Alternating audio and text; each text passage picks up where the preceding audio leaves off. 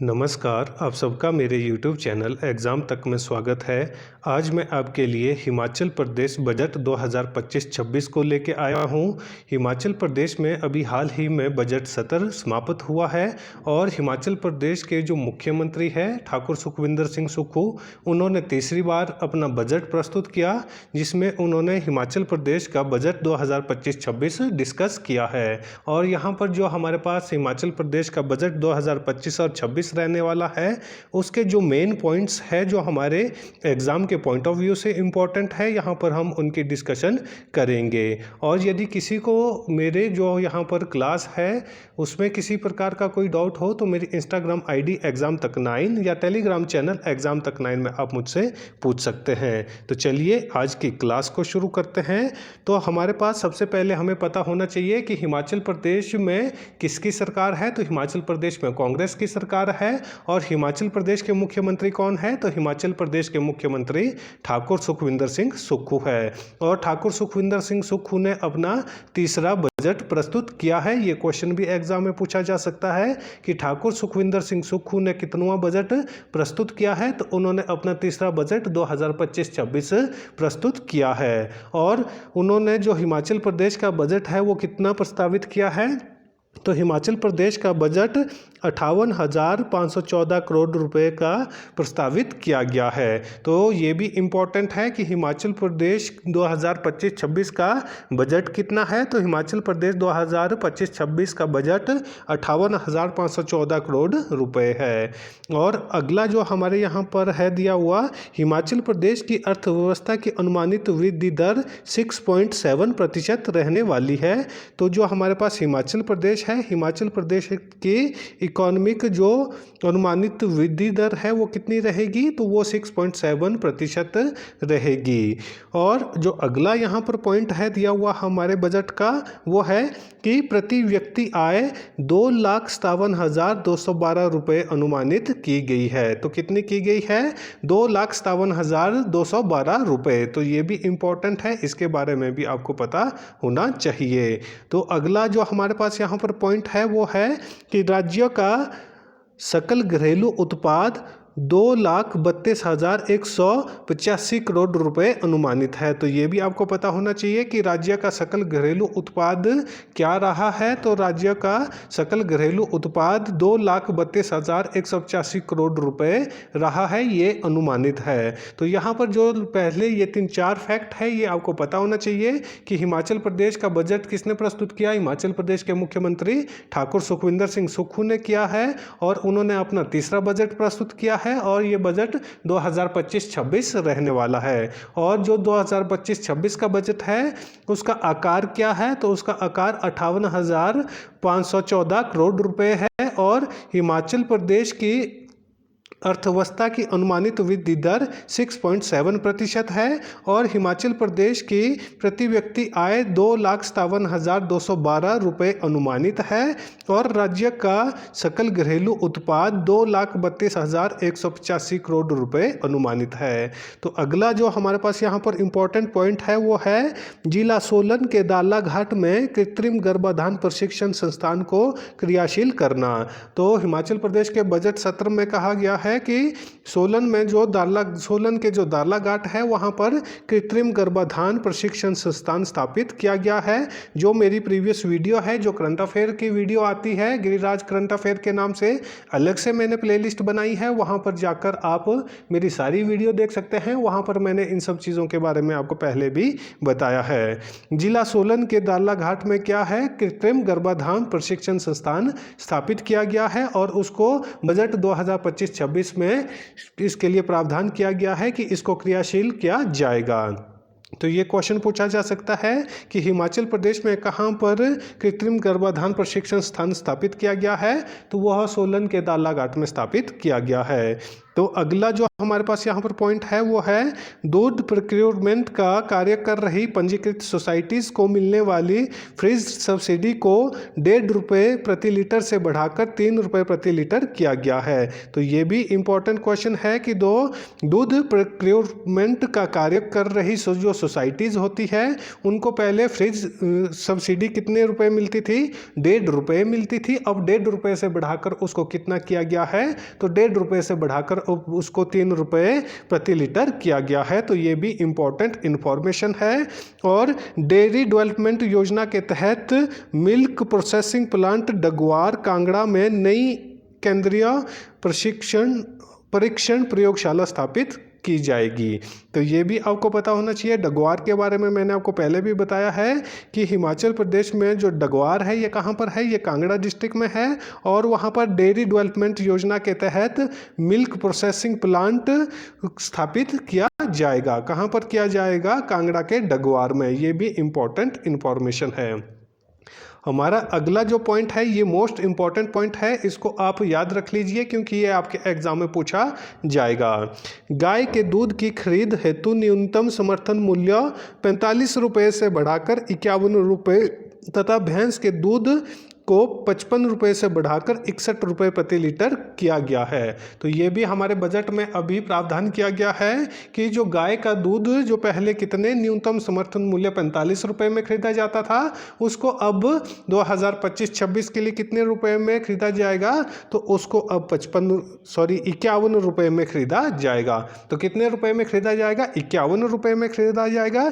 जबकि जो भैंस का दूध है वो पहले कितने रुपये का था, जो 55 रुपये न्यूनतम समर्थन मूल्य था, वह अब बढ़कर कितना हो गया है, वह अब 61 रुपये प्रति लीटर हो गया है। तो ये भी इम्पोर्टेंट इन्फॉर्मेशन है।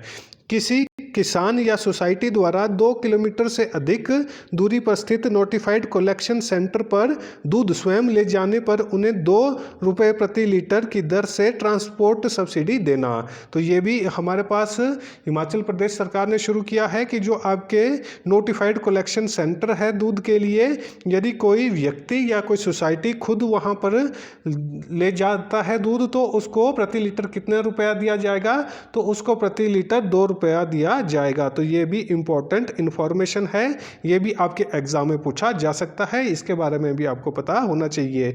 ये किस चीज़ के लिए है, जो हमारे पास यहाँ पर दूध जो गाय का या भैंस का जो दूध होता है उसके लिए 2 रुपये प्रति लीटर ट्रांसपोर्ट सब्सिडी भी दी जाएगी। अगला जो हमारे पास पॉइंट है वो है प्राकृतिक खेती के माध्यम से उगाई गई मक्का के लिए 40 रुपये और गेहूं के लिए 60 रुपये प्रति किलोग्राम न्यूनतम समर्थन मूल्य रखा जाएगा। तो ये भी इम्पोर्टेंट है, ये मैंने आपको पहले भी बताया है। ये इससे पहले कितना था, इससे पहले जो मक्का था वो हमारे पास 30 रुपये प्रति किलो के हिसाब से खरीदा जाता था और जो गेहूं है, गेहूं को 40 रुपये प्रति किलो के हिसाब से खरीदा जाता था। लेकिन अब जो बजट 2025-26 है उसमें प्रावधान किया गया है और उसमें कहा गया है कि जो प्राकृतिक खेती के माध्यम से उगाई गई जो मक्का है उसको 30 रुपये से बढ़ाकर कितना किया गया है, 40 रुपये किया गया है। और गेहूँ को 40 रुपये से बढ़ाकर 60 रुपये किलोग्राम न्यूनतम समर्थन मूल्य रखा जाएगा। तो ये भी एक बहुत अच्छी बात है। जो हिमाचल प्रदेश सरकार है, हिमाचल प्रदेश सरकार हमारे पास जो प्राकृतिक रूप से उगाई गई फसलें हैं उसके ऊपर बढ़ावा दे रहा है और प्राकृतिक खेती के ऊपर बढ़ावा दे रहा है। जो हमारे पास ऑर्गेनिक फार्मिंग है हिमाचल प्रदेश सरकार के द्वारा उसके ऊपर ज़्यादा से ज़्यादा बढ़ावा दिया जा रहा है। यदि कोई किसान 2 किलोमीटर से अधिक दूरी पर नोटिफाइड कलेक्शन सेंटर पर स्वयं लेकर जाते हैं तो उन्हें 2 रुपये किलो की दर से सब्सिडी दी जाएगी, जो मैंने आपको पहले भी बताया है। जैसे दूध के लिए है वैसे ही यहाँ पर यदि कोई प्राकृतिक तरीके से गेहूँ या हमारे पास मक्का उगाता है और वो व्यक्ति या कोई संस्था खुद नोटिफाइड कलेक्शन सेंटर पर अपनी फसल को ले जाते हैं तो उन्हें 2 रुपये किलो के हिसाब से अतिरिक्त पैसा दिया जाएगा, जिसको सब्सिडी बोला जाता है। और जो अगला मोस्ट इम्पॉर्टेंट पॉइंट है वो है जिला हमीरपुर में स्पाइस पार्क का निर्माण किया जाएगा। तो ये भी इम्पॉर्टेंट है कि जो हमीरपुर जिला है, हमीरपुर जिला में स्पाइस पार्क का निर्माण किया जाएगा। ये मैंने आपको पहले भी बताया हुआ है। ये भी इम्पॉर्टेंट क्वेश्चन आपके एग्जाम में पूछा जा सकता है। हमारा अगला जो पॉइंट है वो है प्राकृतिक खेती के माध्यम से उगाई गई हल्दी के लिए 90 रुपये न्यूनतम समर्थन मूल्य की घोषणा की गई है कि यदि कोई प्राकृतिक रूप से हल्दी को उगाता है और उसके लिए हिमाचल प्रदेश सरकार ने न्यूनतम समर्थन मूल्य निर्धारित किया है, तो वो कितना रुपये है, तो वो 90 रुपये प्रति किलो के हिसाब से इसको हिमाचल प्रदेश सरकार के द्वारा खरीदा जाएगा, जो प्राकृतिक रूप से जो हल्दी उगाई जाएगी।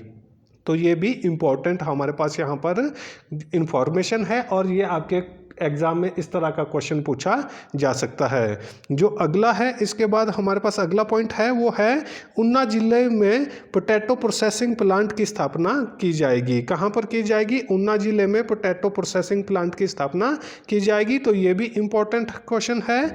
और उसके बाद खरीफ 2025 से 8 पोटैटो डेवलपमेंट स्टेशन में आलू के बीजों का उत्पादन की शुरुआत की जाएगी। तो जो आलू के उत्पादन किया जाएगा, बीज आलू का उत्पादन किया जाएगा, उसके लिए 8 नए पोटैटो डेवलपमेंट स्टेशन को बनाया जाएगा। और मैं यहाँ पर आपके लिए एक इम्पॉर्टेंट इन्फॉर्मेशन दे देता हूँ कि जो केंद्रीय आलू अनुसंधान केंद्र है वो कहाँ पर है? वो हिमाचल प्रदेश में है। और हिमाचल प्रदेश में कहाँ पर है? शिमला में है। और शिमला में कहाँ पर है? शिमला के वो बेम्बलोई में स्थित है। तो ये भी इम्पॉर्टेंट हमारे पास यहाँ पर क्वेश्चन आ जाता है, जो आपको पता होना चाहिए। तो अगला है हमारे पास यहाँ पर अगला जो पॉइंट है वो है HP शिवा परियोजना के तहत 100 करोड़ रुपए का व्यय किया जाएगा। जो HP शिवा परियोजना है इसके बारे में आपको पता होना चाहिए। और ये क्वेश्चन शायद जो प्रीवियस ईयर्स के कुछ क्वेश्चन एग्जाम हुए हैं वहाँ पर मैंने HP शिवा से रिलेटेड कोई क्वेश्चन देखा था, या तो वो HS में पूछा गया था, या तो वो आपके जो एलाइड सर्विस का एग्ज़ाम हुआ था वहाँ पर पूछा गया था HP शिवा से कोई क्वेश्चन, जो ठीक से मुझे याद नहीं है, परंतु इतना ज़रूर याद है कि HP शिवा से कोई ना कोई क्वेश्चन ज़रूर पूछा गया है। जो HP शिवा है, HP शिवा परियोजना के लिए कितने करोड़ रुपए व्यय किया जाएगा 2025-26 में? तो इसके लिए 100 करोड़ रुपए का प्रावधान किया गया है। और HP जो शिवा परियोजना है ये क्या है? जो ये हॉर्टिकल्चर से संबंधित है। इसमें फलों को उत्पादन में प्राकृतिक रूप से बढ़ावा देने के लिए HP शिवा परियोजना की शुरुआत हिमाचल प्रदेश में की गई है। जो अगला हमारे पास इंपॉर्टेंट पॉइंट है वो है weather based crop insurance scheme के अंतर्गत अब 3 फसलें लीची, अनार और अमरूद को शामिल किया गया है। तो ये भी क्वेश्चन एग्जाम में पूछा जा सकता है कि weather based crop insurance scheme के अंतर्गत कितनी फसलों को अब शामिल किया गया है 2025-26 के बजट में? तो वो 3 जो हमारे पास फसलें हैं कौन कौन सी है? लीची है, अनार है और अमरूद है। इन तीनों को वहाँ पर शामिल किया गया है। जो अगला हमारे पास पॉइंट है वो है जलाशयों से मछली प्राप्त कर रहे मछुआरों और मत्स्य कृषकों की रॉयल्टी की दर को घटाकर 7.5 किया गया है। तो कितना किया गया है? 7.5% किया गया है। यदि कोई बड़े बड़े जो हमारे पास लेक्स है वहाँ से कोई मछली पकड़ता है और जो वो कृषक है, मत्स्य कृषक है जो मछली पकड़ते हैं, तो उनको गवर्नमेंट के लिए कितनी रॉयल्टी देनी पड़ेगी? अब 7.5% रॉयल्टी अब गवर्नमेंट को देनी पड़ेगी, जो घटाई गई है। पहले ये ज़्यादा थी, अब इसको कम किया गया है। जो अगला हमारे पास यहाँ पर पॉइंट है वो है मुख्यमंत्री मत्स्य पालन योजना के तहत निजी क्षेत्र में 80% सब्सिडी के साथ 20 हेक्टेयर में मछली के तालाबों का निर्माण करेगा। यदि कोई हिमाचल प्रदेश सरकार के द्वारा एक योजना चलाई जा रही है, मुख्यमंत्री मत्स्य पालन योजना, यदि कोई निजी क्षेत्र पर 20 हेक्टेयर में मछली का उत्पादन करना चाहता है तो उसके लिए 80% की सब्सिडी कौन देगा? तो उसके लिए 80% की सब्सिडी हिमाचल प्रदेश गवर्नमेंट की तरफ से दी जाएगी। और जो अगला पॉइंट है वो है पतली कुल में एक ट्राउट फिश ब्रूड बैंक की स्थापना की जाएगी। तो ये कहाँ पर है? ये कुल्लू में स्थित है। पतली कुल कहाँ है? कुल्लू में है और यहीं पर ट्राउट फिश ब्रूड बैंक की स्थापना की जाएगी। ये क्वेश्चन भी एग्जाम में आ सकता है। अगला पॉइंट है मछुआरों को पुरानी नाव बदलकर नई नाव खरीदने के लिए पात्रता के अनुरूप 40 से 60% की सब्सिडी दी जाएगी। कितनी भी सब्सिडी दी जाएगी? 40 to 60% के बीच में इनको सब्सिडी दी जाएगी। अगला पॉइंट है माता श्री चिंतपूर्णी मंदिर, माता श्री ज्वाला जी मंदिर, श्री माता श्री नैना देवी मंदिर के सौंदर्यकरण के लिए 1-1 करोड़ रुपए का प्रावधान किया गया है। जितने भी ये मंदिर है, चिंतपूर्णी मंदिर है, ज्वाला जी है और नैना देवी मंदिर है, इनके सौंदर्यकरण के लिए 1-1 करोड़ रुपए का प्रावधान किया गया है। और अगला पॉइंट है धर्मशाला के तपोवन में अंतर्राष्ट्रीय स्तर के कन्वेंशन सेंटर का निर्माण किया जाएगा। ये भी इंपॉर्टेंट है, ये मैंने आपको पहले भी बताया है अपनी करंट अफेयर की वीडियोज़ में। और यहाँ पर अगला पॉइंट है मंडी के शिवधाम की परियोजना को प्राथमिकता के आधार पर पूर्ण किया जाएगा।